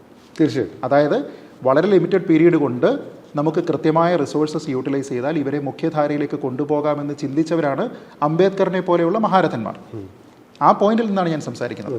അപ്പോൾ 1960-ലോ 70-ലോ അവസാനിക്കേണ്ട റിസർവേഷൻ 50 വർഷം കഴിഞ്ഞതിന് ശേഷവും അങ്ങനെ 60-ലോ 70-ലോ നിശ്ചിത കാലഘട്ടം 10 ഇയേഴ്സോ അങ്ങനെ എന്തോ വെച്ചിട്ട് പിന്നീട് റിന്യൂ ചെയ്യുക, ആ രീതിയിൽ എന്തോ പോയതിരുന്നതാണ്. കൃത്യമായിട്ട് ആ പീരീഡ് എനിക്ക് ഓർമ്മയില്ല, പക്ഷേ അങ്ങനെ എന്തോ ഒരു കാവിയേറ്റ് ഉണ്ടായിരുന്നു. ഞാൻ പറയുന്നത് അത് ഇന്നും തുടരുകയും ഇന്നും അവർക്ക് നമുക്ക് വിസിബിളായിട്ടുള്ള വളരെ വലിയ രീതിയിൽ മുഖ്യധാരയിലേക്ക് വന്നു എന്ന രീതിയിലുള്ള ഇംപ്രഷൻ നമുക്കില്ലാതിരിക്കുക. അതുകൊണ്ടാണ് ഈ സഹസ്രാബ്ദങ്ങളായി വരുന്ന കാര്യം. അതാണ് ഞാൻ ആദ്യം പറഞ്ഞത്. അതായത് ചെറിയ തരത്തിലുള്ള അപ്ലിഫ്റ്റ്മെന്റ് ഉണ്ടായിട്ടില്ല എന്ന് പറയാനും പറ്റില്ല. അങ്ങനെ നമുക്ക് ചെയ്യാൻ പറ്റില്ലല്ലോ. ഇപ്പോൾ ജയലളിത വളരെ വലിയ പണം കട്ടു അല്ലെങ്കിൽ അവർ സ്വന്തമായിട്ട് സാധനങ്ങൾ വാങ്ങുന്നു എന്ന് പറയുമ്പോൾ എല്ലാ പണവും അവരെടുത്തുകൊണ്ട് പോയി എന്ന് ആരും പറയുന്നില്ല. അവർ മരിക്കുന്ന സമയത്ത് അവർക്ക് വേണ്ടി കരയാൻ അവിടെ ആളിരിക്കുന്നത് അവരുടെ കൊണ്ട് ബെനിഫിറ്റ് ഉണ്ടായിരിക്കുന്നവരാണ്. നോക്കൂ, നിങ്ങൾക്ക് 100 കോടി കിട്ടുമ്പോൾ നിങ്ങളതിൽ 10 കോടി സാധാരണക്കാർക്ക് കൊടുത്താൽ ആ 10 കോടി എന്ന് പറഞ്ഞ് റിയലൈസ് ചെയ്യാൻ പറ്റുന്ന ബെനിഫിറ്റാണ്, നിങ്ങൾക്ക് കാണാൻ പറ്റുന്ന പെർസീവബിൾ കാര്യമാണ്. അപ്പോൾ അവർ സപ്പോർട്ട് ചെയ്യും. എന്ത് കോൺക്രീറ്റ് ചേഞ്ച് വേണം എന്നാണ് ശ്രീജിത്ത് ആഗ്രഹിക്കുന്നത്? അല്ല, ഞാൻ ചോദിക്കാം, ഇവിടെ ഈ ചെറിയ ജാതി വലിയ ജാതി എന്നുള്ളൊരു പ്രശ്നമുണ്ടല്ലോ. ഈ ജാതീയത നിലനിൽക്കുന്നത് കൊണ്ടാണല്ലോ എല്ലാ കാലത്തും ചെറുതും വലുതും ആവുന്നത്, അല്ലേ? സമൂഹത്തിൽ ഒരു ഉയർന്ന രീതിയിലിരിക്കുന്ന ഒരാളിന്, സപ്പോസ് ഒരു IAS കാരൻ, പട്ടികജാതി പട്ടിക വിഭാഗത്തിൽ നിന്നുള്ള ഒരു IAS കാരനുണ്ടാകും. IAS കാരൻ എന്ന് പറയുമ്പോൾ നമ്മുടെ വേറെ ഒരു ഹൈറാർക്കിയിലല്ല ഞാൻ പറഞ്ഞത്, ഗവൺമെൻറ് സർവീസിൽ ഹൈറാർക്കി ഉണ്ടല്ലോ. അതിന് താഴെ വരുന്ന ഒരു ഓഫീസർ, അയാളൊരു ഉയർന്ന ജാതിക്കാരനാണ്, ഇയാൾ താഴ്ന്ന ജാതിക്കാരനുമാണ്. അവിടെ ഒരു ഡിസ്പാരിറ്റി ഉണ്ട്, ഹൈറാർക്കിയിലില്ല, മനസ്സിലായി. പക്ഷേ മനോഭാവത്തിൽ ഒരു പക്ഷേ ഉണ്ടായിരിക്കും. അത് എന്തുകൊണ്ടാണ്? എൻ്റെ കയ്യിലിരിക്കുന്ന സർട്ടിഫിക്കറ്റിൽ, ഞാൻ ഗവൺമെൻറ്റിന് കൊടുത്തിരിക്കുന്ന സർട്ടിഫിക്കറ്റിൽ എഴുതി വെച്ചിരിക്കുകയാണ് ഞാൻ ഹിന്ദു നായർ അല്ലെങ്കിൽ ഹിന്ദു ബ്രാഹ്മൺ, മറ്റവൻ അതല്ല. അപ്പോൾ ഇവിടെ മുന്നോക്ക ജാതി പിന്നോക്ക ജാതി എന്ന് പറയുന്നതാരാ? അല്ല, അത് ഇതാരെ പറയുന്നേ? സിജിൻ, അത് മുന്നോക്ക ജാതി പിന്നോക്ക ജാതി എന്ന് ഡിഫൈൻ ചെയ്യുന്നത് ആര്? ഞാനാണോ? സിജിനാണോ? ഇത് സർക്കാരാണോ? അല്ലല്ല, സിജിൻ, ഞാൻ ആ പോയിന്റ് കംപ്ലീറ്റ് ചെയ്തത് അടുത്തതിലേക്ക് പോകുന്നതിൽ കാര്യമില്ല. അതായത് ഞാൻ പറയട്ടെ, ഞാൻ പറഞ്ഞു വരുന്നില്ല. സിജിൻ അത് മനസ്സിലാവുന്നുണ്ട്, സിജിൻ അതിൽ നിന്ന് ഓടിപ്പോകരുത്. ഞാൻ പറയട്ടെ, നിങ്ങൾ മുന്നോക്ക ജാതിയാണ് എന്ന് ഈ കാലത്ത് ഒരു സർക്കാർ തന്നെ കുറച്ച് ആൾക്കാരോട് പറയുകയാണ് എങ്കിൽ ഈ ജാതീയതയും ഡിസ്ക്രിമിനേഷനും കൊണ്ടുവരുന്നത് സർക്കാരാണെന്ന് ഞാൻ പറയും. നിങ്ങളുടെ സർക്കാരിന് വേണ്ടിയിട്ടുള്ള സർട്ടിഫിക്കറ്റുകളിൽ ജാതിയും മതവും എഴുതാൻ നിങ്ങൾ ആവശ്യപ്പെടുന്നുണ്ടെങ്കിൽ അതിൽ നിങ്ങൾ ഇതൊക്കെ മുന്നോക്ക വിഭാഗമാണ്, ഇതൊക്കെ പിന്നോക്ക വിഭാഗമാണെന്ന് നിങ്ങൾ ഡിഫൈൻ ചെയ്യുന്നെങ്കിൽ ആ വരയ്ക്കുന്നത് ഞാനോ നിങ്ങളോ അല്ല, ഇവിടുത്തെ പൊതുസമൂഹമല്ല, രാഷ്ട്രീയമാണ്, റൂളിംഗ് ഡിസ്പെൻസേഷനാണ്. ഈ വരച്ചിരിക്കുന്നതാണ്. ഞാൻ ചോദിക്കട്ടെ, ഏത് കാലത്ത്, സിജിൻ എന്നോട് ഞാൻ ഈ ചോദിക്കുന്ന ചോദ്യം തിരിച്ച് ഇൻ്റർവ്യൂ ചെയ്യാം, ഏത് കാലത്ത് ഈ ഡിസ്ക്രിമിനേഷൻ ഏതെങ്കിലും സർക്കാർ എടുത്ത് കളയും? ഈ ഒരു ചോദ്യം എനിക്കുമുണ്ട്. എന്റെ ചോദ്യം അതല്ല. ഞാൻ ഈ ശ്രീജിത്ത് പറയുന്നതിനോട് എനിക്ക് 100% യോജിപ്പല്ല. എന്റെ മനസ്സിലുള്ള സൊല്യൂഷൻ ഞാൻ പറയും. സാമ്പത്തികമായി പിന്നോക്കമായിട്ട് ഇപ്പൊ എന്നെ സംബന്ധിച്ചിടത്തോളം ഞാനൊരു സൊല്യൂഷൻ പറയട്ടെ. അതായത് ഒരു സ്വന്തം ജാതിയിൽ നിന്ന് കല്യാണം കഴിക്കാനേ പാടില്ല എന്നൊരു നിയമം വന്നാൽ ഇതൊക്കെ മാറൂലേ? പ്രശ്നമാണ്. കാരണം വിവാഹം എന്ന് പറയുന്നത് ഒരാളിൻ്റെ വ്യക്തിപരമായിട്ടുള്ള സ്വാതന്ത്ര്യമാണ്. എൻ്റെ ഇണയെ കണ്ടെത്തുക എന്ന് പറയുന്നത് വ്യക്തിപരമാണ്. ഞാൻ സ്വന്തം ജാതി ഒഴിച്ച് വേറെ എവിടുന്നും കല്യാണം കഴിക്കാലോ? സ്ത്രീയും പുരുഷനും മാത്രമേ 2 ജാതികളുള്ളൂ. മറ്റു ജാതികൾ നിങ്ങൾ ഉണ്ടാക്കിയതാണ്.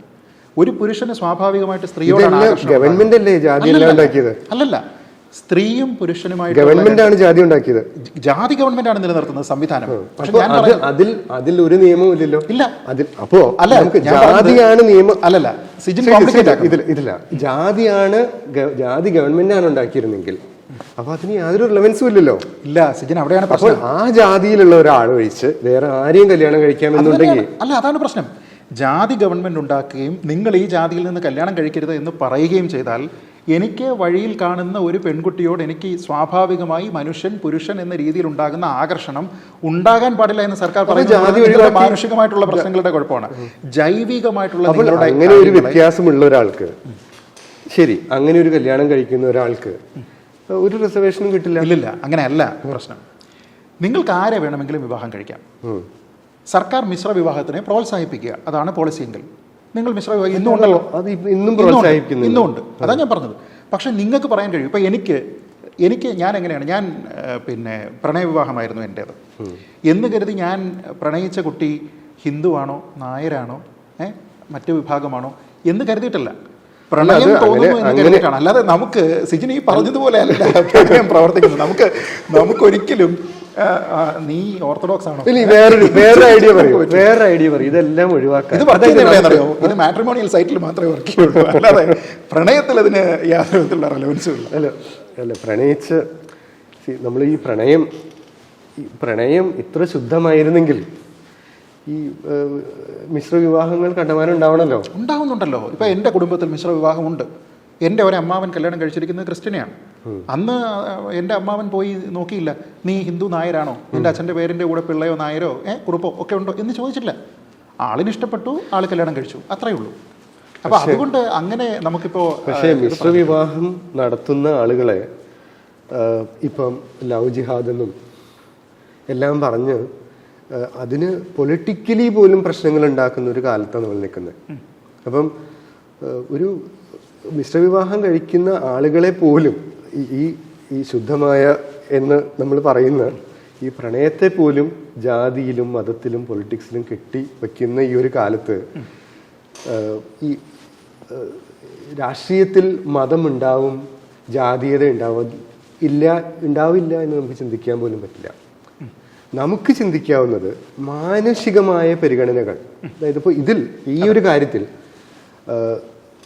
ഇവരനുഭവിക്കുന്ന ഡിസ്ക്രിമിനേഷൻ കാണുന്ന ഒരാളെന്ന നിലയ്ക്ക് ജനസംഖ്യയുടെ ഇപ്പം എഡ്യൂക്കേഷനിലുള്ള റിസർവേഷൻ ജനസംഖ്യയുടെ 50% ഇവരായുന്നത് കൊണ്ട് അവർക്കത് കൊടുക്കുന്നതിൽ ഒരു തെറ്റുമുണ്ട് എന്ന് എനിക്ക് തോന്നുന്നില്ല. ഇനി അതിൻ്റെ ഉള്ളിൽ എങ്ങനെ ഡിസ്ട്രിബ്യൂട്ട് ചെയ്യുന്നു, അതിൽ പലരും അത് തട്ടിപ്പറിക്കുന്നു. പക്ഷെ എങ്കിൽ പോലും ആ സമൂഹത്തിലുള്ള ആളുകളാണല്ലോ തട്ടിപ്പറിക്കുന്നത്. അപ്പോൾ അതിനെ നമ്മൾ എതിർക്കുന്നതിൽ എന്താണ്? രണ്ട് പ്രശ്നം പറയാം. ജനസംഖ്യാനുപാതികമാണെങ്കിൽ എല്ലാം ജനസംഖ്യാനുപാതികമാകണം. ഒരു വിഭാഗത്തിന് മാത്രം നിങ്ങൾക്കത് പറയാൻ കഴിയില്ല. 50% പേര് ഇതാണ് എങ്കിൽ നിങ്ങൾ 50, എങ്കിൽ ബാക്കി 50 പേർക്ക് നിങ്ങൾ അവർക്കും ആനുപാതികമായിട്ടുള്ള 50% റിസർവേഷൻ അവർക്കും കൊടുക്കണം. അങ്ങനെയാണോ ഇവിടെ പ്രവർത്തിക്കുന്നത്? അല്ല. 50% റിസർവേഷനുള്ള ആൾക്കാർ 100%-നും അർഹരാണ്. നേരെ മറിച്ച് മറ്റേ 50% ആ 50%-ൽ മാത്രമാണ്. അപ്പോൾ നിങ്ങൾ റിസർവേഷൻ എന്ന് പറയുമ്പോൾ നിങ്ങൾ ആക്ച്വലി അത്രയും പേരെ പരിമിതപ്പെടുത്തുകയല്ല, എൻ്റയർ ബ്രാക്കറ്റിലേക്ക് അവരെ ഓപ്പൺ ചെയ്ത് വിടുകയാണ്. അതൊരു വ്യത്യാസമുണ്ട്. അപ്പോൾ നിങ്ങൾ അവിടെ ഒരിടത്ത് 50% എങ്കിലും കൊടുക്കണമെന്ന് പറയുമ്പോൾ അവരുടെ ഗുണഭോക്താക്കളാകുന്നത് 50%. അല്ല, അത് സിജിന്റെ വാദം ഒന്ന്. അല്ല, ഞാൻ പറയുന്നത് അങ്ങനെ വേണമെന്നല്ല. എൻ്റെ പോയിന്റ് അതല്ല. അതായത് ജനസംഖ്യാനുപാതികമായിട്ടോ ജാതീയപരമായിട്ടോ ഒന്നും കൊടുക്കണമെന്നല്ല എൻ്റെ പോയിന്റ്. എൻ്റെ പോയിന്റ് അതിലേക്ക് സംശയം എന്താണ്? സംവരണത്തെ എതിർക്കുന്നതിൽ തെറ്റില്ല.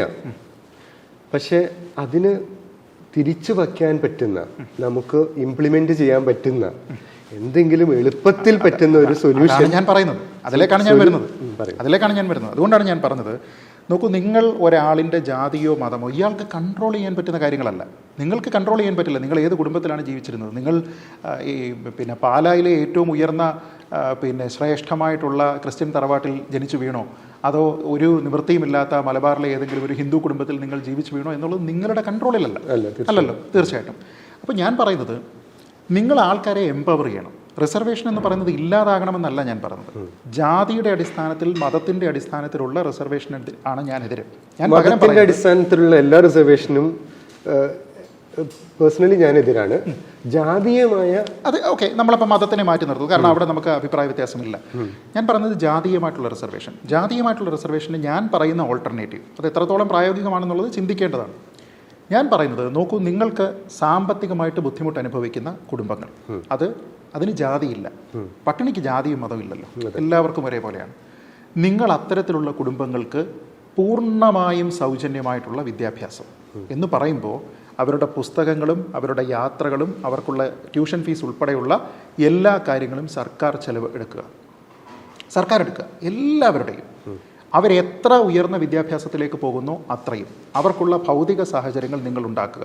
അതവരുടെ പാഠപുസ്തകങ്ങളായിക്കോട്ടെ, ട്യൂഷൻ ആയിക്കോട്ടെ, അവർക്ക് എഴുതാനുള്ള പുസ്തകങ്ങളായിക്കോട്ടെ, റെക്കോർഡ് പുസ്തകങ്ങളായിക്കോട്ടെ, യാത്രയ്ക്കുള്ള സൗകര്യമായിക്കോട്ടെ, എന്തും നിങ്ങൾ പഠനം ഫ്രീ ആക്കുക എന്ന് പറയുന്നത് ഇന്നത്തെ കോൺസെപ്റ്റിലല്ല ഞാൻ പറഞ്ഞത്. മനസ്സിലായി. സമഗ്രമായി ഒരു വിദ്യാർത്ഥിക്ക് അയാളുടെ കുടുംബത്തിനെ ഡിപ്പെൻഡ് ചെയ്യാതെ അയാൾ, അതായത് നിങ്ങൾ പഠിച്ചാൽ മാത്രം മതി, അതായത് നിങ്ങൾ വന്നിരുന്നു, നിങ്ങൾ പഠിച്ചാൽ മാത്രം മതി, ബാക്കി എല്ലാം നിങ്ങൾക്ക് സർക്കാർ തരുന്നു. ഓക്കെ, നിങ്ങൾ അങ്ങനെ ചെയ്യുമ്പോൾ പോലും ഒരു ഫ്രീ എഡ്യൂക്കേഷൻ കിട്ടിയാൽ പോലും അതുകൊണ്ട് തീർന്നില്ല. ഞാൻ പറഞ്ഞിട്ടെ, നിങ്ങൾ അവിടെ ചെയ്യുന്നത് എന്താണെന്ന് വെച്ചാൽ ഒരു ലെവൽ പ്ലേയിങ് ഫീൽഡ് നിങ്ങൾ ഉണ്ടാക്കാൻ സാമ്പത്തികമായിട്ട് ലെവൽ പ്ലേയിങ് ഫീൽഡ്.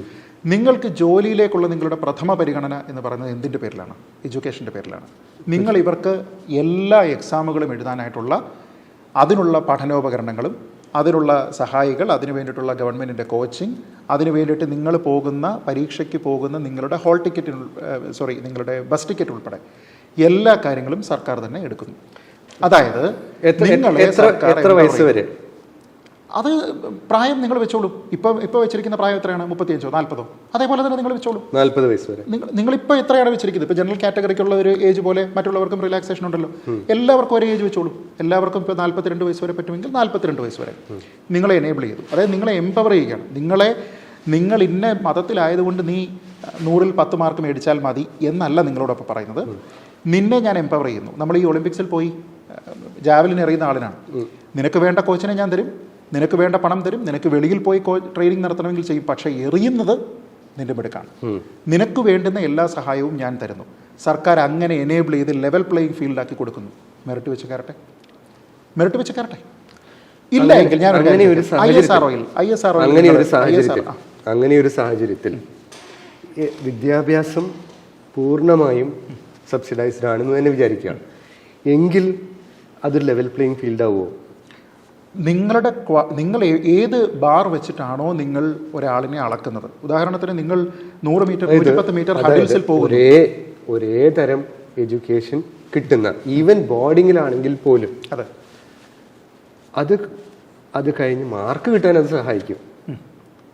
അത് കഴിഞ്ഞ് അയാൾക്ക് വീട്ടിലെ സാമ്പത്തിക സ്ഥിതി, സ്വന്തം കണക്ഷൻസ്, നെറ്റ്വർക്ക് ഇതുപയോഗിച്ചല്ലേ മുന്നോട്ട് നീങ്ങാൻ പറ്റും. അതാണല്ലോ ഞാൻ പറഞ്ഞത്. അതിന് വേണ്ടുന്ന സാഹചര്യങ്ങൾ, ബെയർ മിനിമം റിക്വയർമെൻറ്റ് നിങ്ങളുടേത് എന്താണോ അത് സർക്കാർ നൽകണമെന്നാണ് ഞാൻ പറയുന്നത്. അതുകൊണ്ടാണ് ഞാൻ പറഞ്ഞത് ഇതിൻ്റെ പ്രായോഗികത എന്ന് പറയുന്നതും അതിന് വേണ്ടി വരുന്ന സാമ്പത്തിക ബാധ്യത എത്രയാണ് എന്നുള്ളതും എനിക്കുറപ്പാണ് മറ്റു പല സ്കീമുകളിൽ പറയുന്ന പണത്തിനെ റീറൂട്ട് ചെയ്താൽ പൂർണ്ണമായും സാധിക്കുന്ന കാര്യമേ ഉള്ളൂ. നിങ്ങൾക്ക് ഇൻഡിവിജ്വലായിട്ട് ഷെയറിംഗ് ഒന്നും അല്ല നിങ്ങൾ പറയുന്നത്. നിങ്ങൾക്ക് വേണ്ടുന്ന പ്രോപ്പർട്ടി, നിങ്ങൾക്ക് വേണ്ടുന്ന സാധനം, നിങ്ങൾക്ക് അതിന് വേണ്ടുന്ന, നിങ്ങളുടെ വീട്ടിൽ ഇലക്ട്രിക് കണക്ഷൻ ഇല്ല എങ്കിൽ, ഇപ്പോൾ നരേന്ദ്രമോദി തന്നെ പറയുന്നത് ഇന്ത്യ 100% ഇലക്ട്രിക് കണക്ഷനുള്ള സ്ഥലമാണെന്നാണ്. എങ്കിൽ നിങ്ങൾക്കത് കിട്ടിയിരിക്കണം. ഞാൻ പറയുന്നത് നിങ്ങൾ വന്നിരുന്നാൽ മതി. നിങ്ങൾക്ക് വേണ്ടുന്നതെല്ലാം അവിടെ ഉണ്ട്. നിങ്ങളുടെ കൈ എത്തുന്ന ദൂരത്ത് നിങ്ങൾക്കുണ്ട്. ഈ സാധനങ്ങൾ മുഴുവൻ അവൈലബിൾ ആണ്. എന്നിട്ട് നിങ്ങളും മറ്റുള്ളവരോടൊപ്പം തന്നെ പരിഗണിക്കും. എന്തായാലും നമ്മൾ SC/ST ആൾക്കാരുടെ ബുദ്ധിശക്തി കുറവാണെന്ന് നമ്മൾ പറയില്ലല്ലോ, ഇല്ല. എങ്കിൽ നിങ്ങൾക്ക് വേണ്ടത് എന്താണ്? പഠിക്കാനുള്ള ഭൗതിക സാഹചര്യം. ഇങ്ങനൊരു സംവിധാനം മുമ്പ് ഇന്ത്യയിൽ ഉണ്ടായിട്ടുണ്ട്. അതേതാണ്? നവോദയ വിദ്യാലയം. അല്ല, നവോദയ വിദ്യാലയം ലിമിറ്റഡ് ആണ്. ഞാൻ പറയുന്നത് യൂണിവേഴ്സൽ എഡ്യൂക്കേഷൻ എന്ന് പറയുന്നത് നവോദയ വിദ്യാലയം എത്ര വിദ്യാലയങ്ങളുണ്ട്?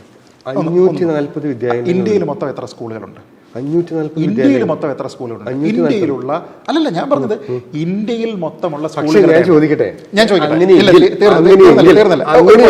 സിജിൻ ചോദിച്ച ചോദ്യത്തിൽ ഒരു പ്രശ്നമുണ്ട്. ഇന്ത്യയിലുള്ള സംസ്ഥാനങ്ങളും കേന്ദ്രഭരണ പ്രദേശങ്ങളും എല്ലാം ചേർന്നിട്ട് 500 നവോദയ വിദ്യാലയങ്ങൾ ഇന്ത്യയിലുള്ള എത്ര വിദ്യാർത്ഥികൾക്ക് പഠിക്കാനായിട്ട് പ്രാപ്തമാണ്? വളരെ ചുരുക്കം. അപ്പൊ ഞാൻ പറയുന്നത് സർക്കാർ സംവിധാനത്തിൽ അല്ല, അതിന് മുകളിലേക്ക് സാമ്പത്തിക അവസ്ഥയും നിങ്ങൾക്ക് അതിന് മുകളിലുള്ള എന്തെങ്കിലും വേണമെന്ന് നിങ്ങൾക്ക് ആഗ്രഹം ഉണ്ടെങ്കിൽ നിങ്ങൾ ട്രിൻസിൽ കൊണ്ട് ആളെ ചേർത്തോളൂ, ആർക്കും പ്രശ്നമില്ല.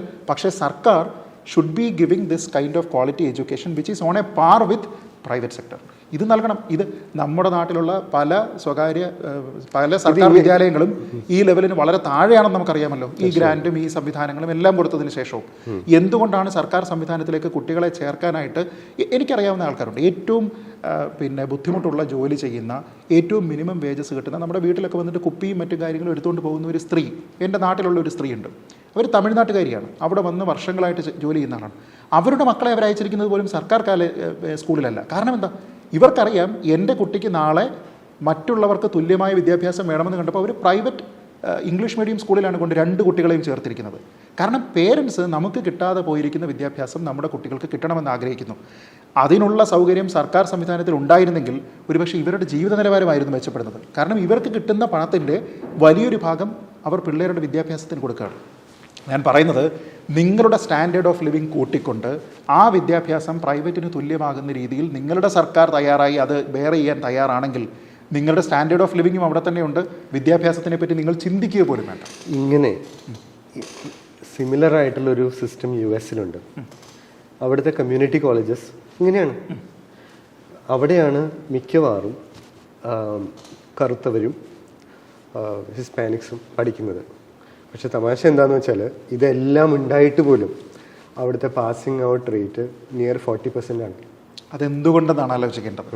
അതെന്തുകൊണ്ടാണ്? അപ്പം നിങ്ങൾ പറയുന്നത് ബ്ലാക്ക് ആയിട്ടുള്ള ആൾക്കാർക്ക് ബുദ്ധിശക്തി കുറവാണെന്നാണോ പറയുന്നത്? അതല്ല. അല്ല. അപ്പം പിന്നെ എന്താണ് അതിൻ്റെ കാരണം? എന്തുകൊണ്ടാണെന്നാണ് വിചാരിക്കുന്നത്? ഞാൻ പറഞ്ഞത്, നിങ്ങൾക്ക് കിട്ടുന്ന സൗജന്യങ്ങളെ നിങ്ങൾ ഏത് രീതിയിൽ ഉപയോഗപ്പെടുത്തുന്നു എന്നുള്ളത് പ്രധാനമാണ്.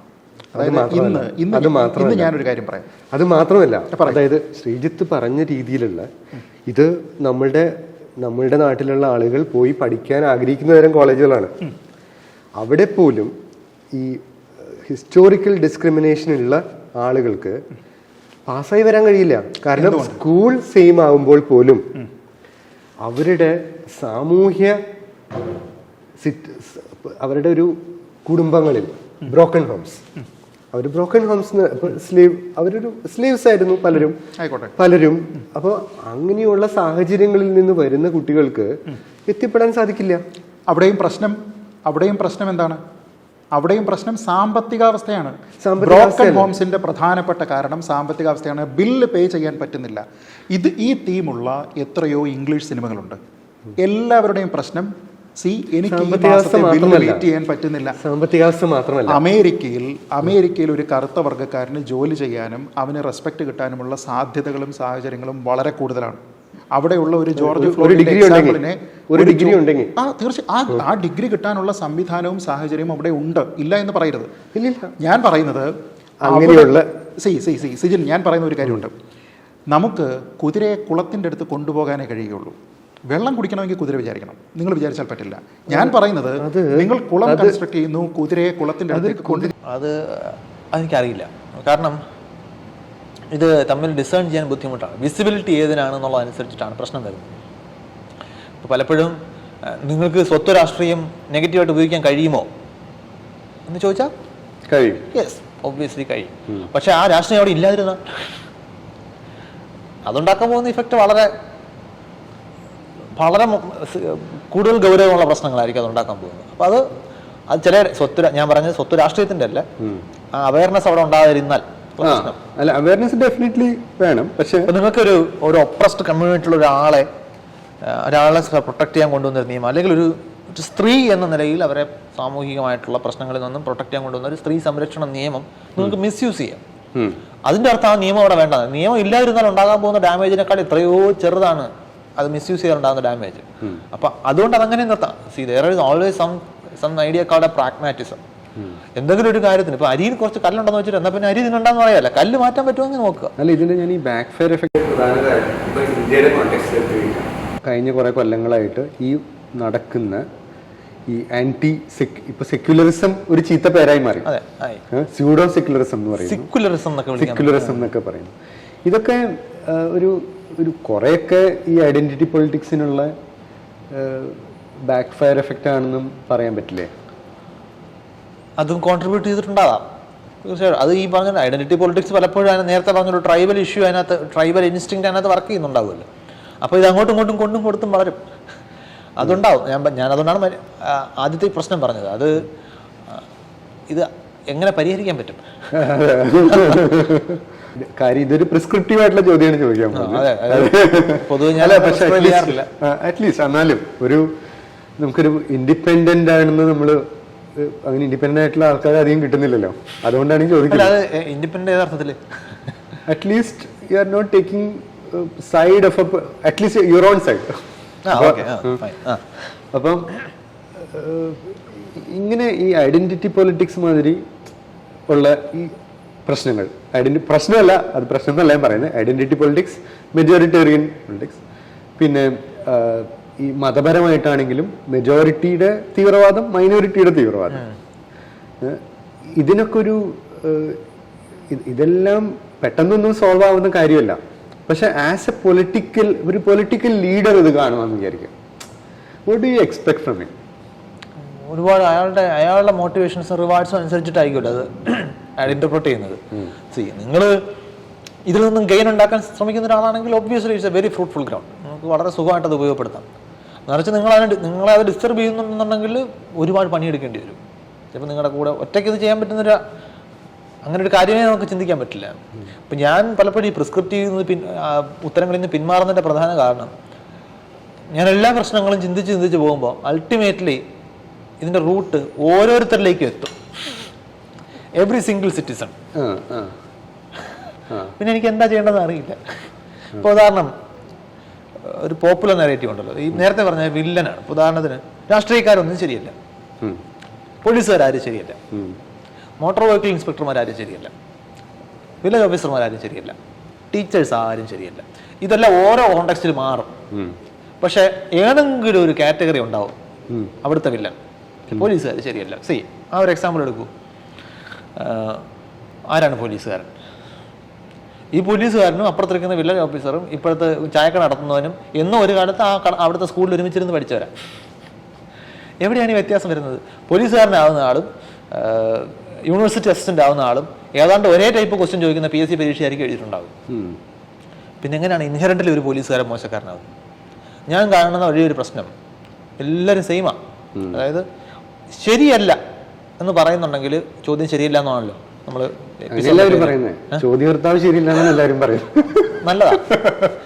ഈ ശരിയല്ല എന്ന് നിങ്ങൾക്ക് ആരെയും കുറിച്ച് പറയാനാണെന്നുണ്ടെങ്കിൽ ഞാൻ അതിനോട് യോജിക്കുന്നു. പക്ഷെ അത് പോലീസുകാരനോ രാഷ്ട്രീയക്കാരനോ മാത്രമല്ല, ഒറ്റ ഒരുത്തനും ശരിയല്ല. കാരണം നിങ്ങളുടെ ശരിയായിട്ട് നിങ്ങൾ എന്ത് മാനദണ്ഡം വെച്ചാലും എല്ലാവർക്കും ഇത് ബാധകമാണ്. കാരണം ഇപ്പം നിങ്ങൾ ഒരു പാൽ കച്ചവടക്കാരനാണ്, നിങ്ങളുടെ ലാഭത്തിന് വേണ്ടി ഒരു അല്പം വെള്ളം ചേർക്കുന്നതിൽ തെറ്റില്ല എന്ന് നിങ്ങൾ വിചാരിക്കുന്നുണ്ടെങ്കിൽ 10 കോടിയുടെ പ്രോജക്റ്റ് നടത്തുന്നതിൽ ഒരു അല്പം എൻ്റെ വീട്ടിൽ ഇരിക്കുന്നതിന് കുഴപ്പമില്ല എന്ന് വിചാരിക്കുന്ന ആളും സെയിം കാര്യമാണ് ചെയ്യുന്നത്. Only thing is the potential is different. നിങ്ങളുടെ കൈ കിട്ടും, നിങ്ങളുടെ മുമ്പുള്ള അവസരങ്ങൾ. ഇപ്പോൾ ഗവൺമെൻറ് എത്രയോ, നമ്മുടെ ഗവൺമെൻറ്റിന് എത്രയോ വകുപ്പുകളുണ്ട്. വ്യവസായ വകുപ്പ്, നിയമ വകുപ്പ്, വിദ്യാഭ്യാസ വകുപ്പ്, അതിൽ തന്നെ പൊതുവിദ്യാഭ്യാസം, ഉന്നത വിദ്യാഭ്യാസം, വൈദ്യുതി വിദ്യുച്ഛക്തി വകുപ്പ്. ഈ വകുപ്പുകളിൽ ഏറ്റവും നൊട്ടോറിയസ് ആയിട്ടുള്ള വകുപ്പുകൾ ഏതൊക്കെയാണ്? ഇതാണ് പോലീസ് ഒന്ന്, ആഭ്യന്തര വകുപ്പ് പോലീസ്, പിന്നെ റവന്യൂ വകുപ്പ്, മോട്ടോർ വെഹിക്കിൾ വകുപ്പ്. നമ്മൾ ഫേസ്ബുക്ക് പേജിൽ എടുത്തു കഴിഞ്ഞാൽ നിയമ വകുപ്പിന്റെ പേജിൽ ഭയങ്കര ശ്മശാന മൂകതയാണ്. മോട്ടോർ വെഹിക്കിളിന്റെ പേജിന്റെ താഴെ തെറിവിളിയോട് തെറിവിളിയാണ്. എന്താണ് വ്യത്യാസം? മോട്ടോർ വെഹിക്കിൾ ഡിപ്പാർട്ട്മെന്റ് ഇൻഹെറന്റ്ലി മോശമാണോ? അല്ല. മോട്ടോർ വെഹിക്കിൾ ഡിപ്പാർട്ട്മെന്റ് ആണ് ഒരുപാട് പേരുമായിട്ട് ഇടപെടുന്നത്. അല്ല, മാത്രമല്ല അവിടെ വരുമാനം ഉണ്ടല്ലോ. അല്ല, വരുമാനത്തിന്റെ മാത്രമല്ല പ്രശ്നം, വരുമാനം വേറൊരു ഇഷ്യൂ ആണ്. ഞാൻ പറയുന്നത് ജനത്തിന് നേരിട്ട് ബുദ്ധിമുട്ട് കൊണ്ടാണ്. ഒരു നിയമ വകുപ്പിലെ ഒരു സെക്ഷൻ ഓഫീസർ എത്ര ആൾക്കാരുമായിട്ട് ഡീൽ ചെയ്യുന്നുണ്ടാവും?